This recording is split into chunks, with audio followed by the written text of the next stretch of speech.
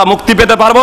আল্লাহ তাআলা পবিত্র কোরআনে বলছেন, আমরা যেখানে আহ্বান করেছিলাম, আমরা যেখানে প্রার্থনা করেছিলাম, আমরা যেখানে দোয়া করেছিলাম, ধারাবাহিকভাবে দোয়া করে চলেছি, ইহদিনাস সিরাতাল মুস্তাকিম, হে আল্লাহ তুমি আমাদের সরল পথের পথিক বানিয়ে দাও, আমাদেরকে সহজ পথের পথিক বানিয়ে দাও, সিধা পথের পথিক বানিয়ে দাও, সিরাতে মুস্তাকিমের পথিক বানিয়ে দাও।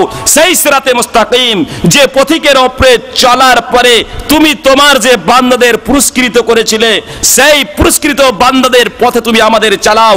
যারা অভিশপ্ত হয়েছে, যারা পথভ্রষ্ট হয়েছে, তাহাদের পথে নয়। আল্লাহকে আমরা আহ্বান, আল্লাহর কাছে প্রার্থনা করলাম, যাদেরকে তুমি পুরস্কৃত করেছো তাদের পথে তুমি আমাদের আহ্বান করো। আর আল্লাহ তাআলা অন্য আয়াতে বলছেন কাদেরকে পুরস্কৃত করেছেন, আর কি অবলম্বন করলে, কি করতে গেলে, কোন পথ অবলম্বন করতে গেলে সিরাতে মুস্তাকিমের পথিক হবে, সিরাতে মুস্তাকিমের পথিক হবে, সহজ পথের পথিক হবে, হেদায়েত প্রাপ্ত হবে, হকের উপরে প্রতিষ্ঠিত হবে, জান্নাতে যেতে পারবে, স্বর্গে যেতে পারবে। আল্লাহ তাআলা তার জবাব দিচ্ছেন, ومن يطع الله ورسوله فاولئك مع الذين انعم الله عليهم من النبيين والصديقين والشهداء والصالحين। সূরাতুন নিসা সূরা নম্বর 4 আয়াত নম্বর 69 আল্লাহ তাআলা বললেন, যে কেউ, সে পুরুষ হোক আর মহিলা হোক, ছোট হোক আর বড় হোক, যুবক হোক আর যুবতী হোক, যে কেউ আল্লাহ এবং তার রাসূলের আনুগত্য করবে। কি বলছেন?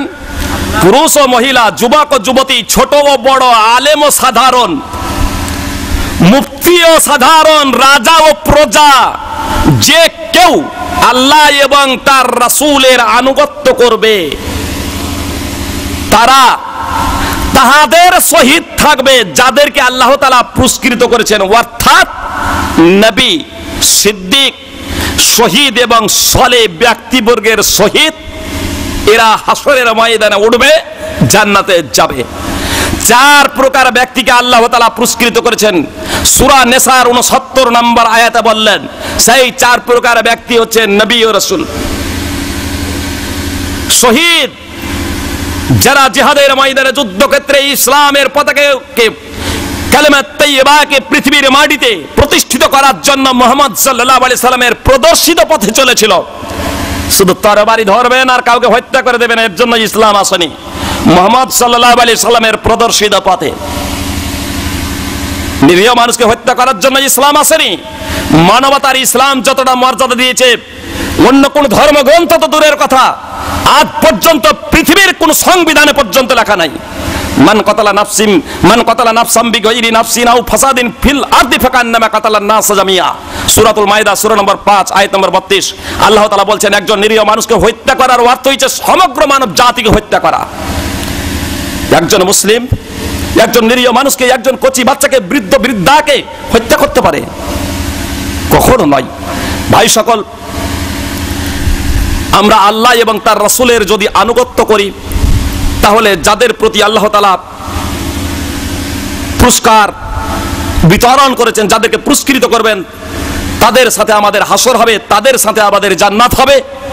আর যদি মুহাম্মদ সাল্লাল্লাহু আলাইহি সাল্লামের কোনো একটা কথাকে কোনো অজুহাতে প্রত্যাখ্যান করে দিয়েছি, আপনি আপনার নিজের জীবনে বাস্তবায়ন করতে পারছেন না, সেটা আলাদা প্রসঙ্গ। যেগুলো অপরিহার্য করতে হবে, কুলু সুন্নাতকে আপনি আপনার জীবনে বাস্তবায়ন করতে পারছেন না কোনো কারণে, আলাদা বিষয়। কিন্তু আপনি আপনাদের বড়দের কারণে, আপনি আপনার বাপ দাদার কারণে, আপনি আপনার ইমামদের কারণে, আপনি আপনার মুফতিদের কারণে বলবেন যে এটা আমি মানতে পারবো না, আপনি দিনে ইসলাম থেকে বহির্ভূত হয়ে যাবেন, আপনার ঈমান ও ইসলাম টুটে যাবে। আল্লাহ তাআলা পবিত্র কোরআন সূরাতুন নিসা সূরা নম্বর 4 আয়াত নম্বর 65 তে বলছেন, ফালা ওয়ারাব্বিকা লা ইউমিনুনা হাত্তা ইউহাকিমুকা ফীমা শাজারা বাইনাহুম সুম্মা লা ইয়াজিদু ফী আনফুসিহিম হারাজাম মিম্মা কাযাইতা ওয়া ইউসাল্লিমু তাসলিমা। পবিত্র কোরআনের আয়াত উঠান, সহিহ বুখারীর হাদিস। এই পবিত্র কোরআনের আয়াত সূরা নিসার 65 নম্বর আয়াত অবতীর্ণ হচ্ছে এই প্রেক্ষাপটেই যে দুইজন সাহাবীর মধ্যে পানি দেওয়াকে কেন্দ্র করে জমিনে গন্ডগোল বেঁধে গিয়েছিল। জুবাইর রাদিয়াল্লাহু তাআলা আনহু এবং একজন আনসারী সাহাবী রাদিয়াল্লাহু তাআলা আনহুর মধ্যে রাসূলুল্লাহ সাল্লাল্লাহু আলাইহি সাল্লাম ওদের মুখ থেকে বিষয়টা শুনলেন। জুবাইরের জমিটা ছিল উঁচু দিকে, আর আনসারী সাহাবীর জমিটা ছিল নিচু দিকে, আর উঁচু দিক থেকেই পানিটা আসছিল। রাসূলুল্লাহ সাল্লাল্লাহু আলাইহি সাল্লাম উভয়ের কথা শুনে, মানে উভয়ে আগে পানি দিবে জমিতে। উভয়ের কথা শোনার পরে রাসূলুল্লাহ সাল্লাল্লাহু আলাইহি সাল্লাম বলেছিলেন, জুবাইর তুমি জমিতে পানি দিয়ে দেওয়ার পরে তোমার ভাইয়ের জন্য পানিটা ছেড়ে দেবে। আনসারী সাহাবী তিনি শুধু হৃদয়ে এতটুকু বলেছিলেন, আসলে জুবাইর রাসূলুল্লাহ সাল্লাল্লাহু আলাইহি সাল্লামের রিশতেদার হচ্ছে তো, আত্মীয় হচ্ছে তো, এজন্য রাসূলুল্লাহ সাল্লাল্লাহু আলাইহি সাল্লাম আত্মীয়র টান রেখে মীমাংসাটা দিলেন। পবিত্র কোরআনে আয়াত অবতীর্ণ করলেন আল্লাহ তাআলা মুহাম্মদ সাল্লাল্লাহু আলাইহি সাল্লামকে বলছেন, তোমার প্রভুর কসম খেয়ে আমি বলছি। কে বলছেন? আল্লাহ। যতক্ষণ পর্যন্ত তারা মুসলমান হতে পারে না, ঈমানদার হতে পারে না, যতক্ষণ পর্যন্ত না তাদের বিবাদ সম্পর্কিত বিষয়ে তোমাকে ফাইসালাকারী সাব্যস্ত না করবে, আর তুমি যে মীমাংসা দিয়ে দেবে সেই মীমাংসাকে নির্দ্বিধায় নিঃসংকোচে হৃদয় থেকে মেনে না নেবে, ততক্ষণ পর্যন্ত তারা ঈমানদার হতে পারে না। হাদিসকে আমরা প্রত্যাখ্যান করে দিচ্ছি, কোরআনের আয়াতকে প্রত্যাখ্যান করে দিচ্ছি, যেহেতু এটা আমার মাসলাক এবং মাযহাবের বিপক্ষে। ভাই সকল, ঈমান ও ইসলাম আপনার আছে কিনা আপনার বিবেকে জিজ্ঞেস করবেন। আমি আপনাকে কাফের ফতোয়া দেওয়ার জন্য আসিনি, আর কারো ফতোয়ার কারণে আল্লাহর দপ্তর কাটা যাবে না। আল্লাহ তাআলা আমাদের প্রত্যেককে পবিত্র কোরআন বুঝার এবং সেই অনুযায়ী জীবনযাপন করার তৌফিক দান করেন, আমিন। সত্যের জন্য দুটো আমাদের জিনিস দরকার, কোরআন এবং সুন্নাহর প্রতি আমাদের নিজেদের প্রতিষ্ঠিত হতে হবে, আর প্রচার করতে হবে কোরআন এবং সুন্নাহ। এরই জন্য আল্লাহ তাআলা আমাদের সর্বোৎকৃষ্ট উপাধিতে বিভূষিত করেছেন। আল্লাহ তাআলা আমাদের প্রত্যেককে পবিত্র কোরআন এবং সুন্নাহকে মেনে চলার এবং সেই অনুযায়ী জীবনযাপন করার তৌফিক দান করেন, আমিন। আকুলু কাউলি হাযা আস্তাগফিরুল্লাহ লি ওয়া লাকুম ওয়া লিল মুসলিমিন। আসসালামু আলাইকুম ওয়া রাহমাতুল্লাহি ওয়া বারাকাতুহু। আল্লাহ পাকের লাখ লাখ শুকরিয়া আদায় করছি, এবং যারা এখানে এসেছে সকল শ্রোতা যারা এতক্ষণ শুনলেন, এতক্ষণ বসলেন, তাদেরও আমরা শুকরিয়া আদায় করছি। এই শুকরিয়ার সাথে আমরা এই মজলিস শেষ করছি।